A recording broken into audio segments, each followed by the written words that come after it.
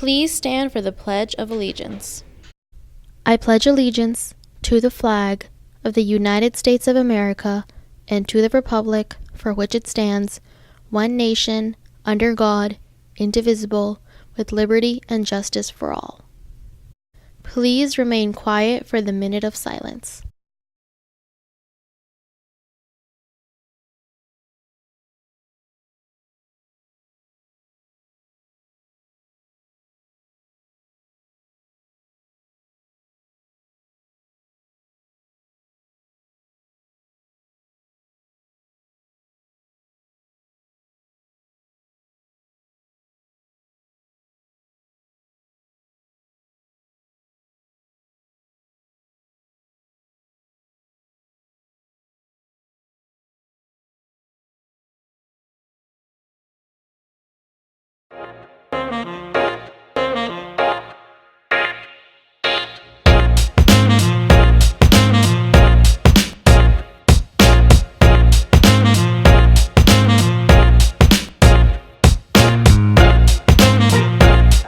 Good morning, Chantilly. I'm Julia Oliveira. And I'm Noah Wasfi. Today is Friday, February 7th, 2020. And here are your morning announcements.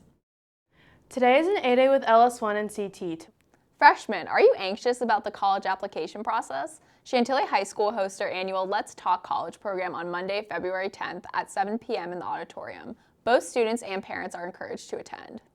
Varsity Wrestling competes in the district tournament today at 2 p.m. at Westfield. The 2010s were a big decade for movies, but which ones stood out the most? Let's go to the movie dudes to find out.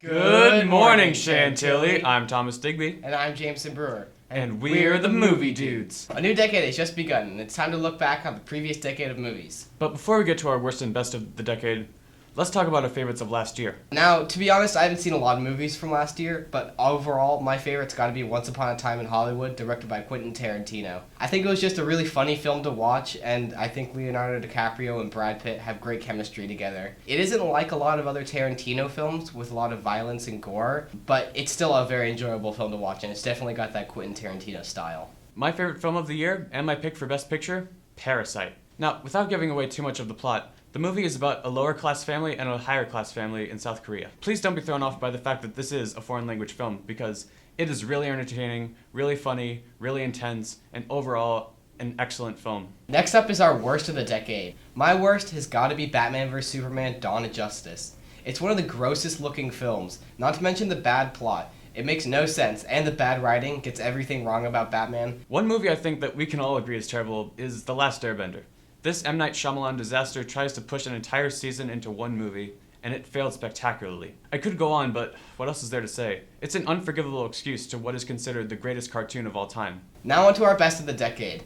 Hey there, this is Jameson. Over the course of editing, I watched Blade Runner 2049, and it is now my best of the decade. This film is just perfect in every regard. The shots are breathtaking. Every shot should be framed and put on a wall. The acting is amazing. Every performance is great, and the director is simply astonishing. He purposely uses as little green screen as possible and as much practical sets and props, which is becoming rarer and rarer nowadays. It really makes you go into the world of the film.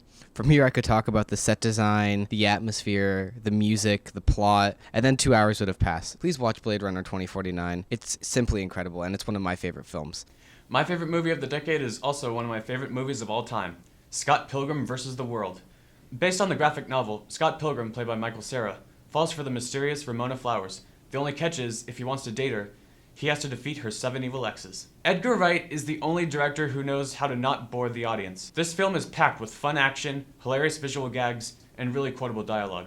If you're a fan of comics, video games, or anime, then this is one you don't want to miss. That's been our recap of the decade. Here's to a brand new year and a brand new decade for some great films. We're the Movie Dudes, signing off.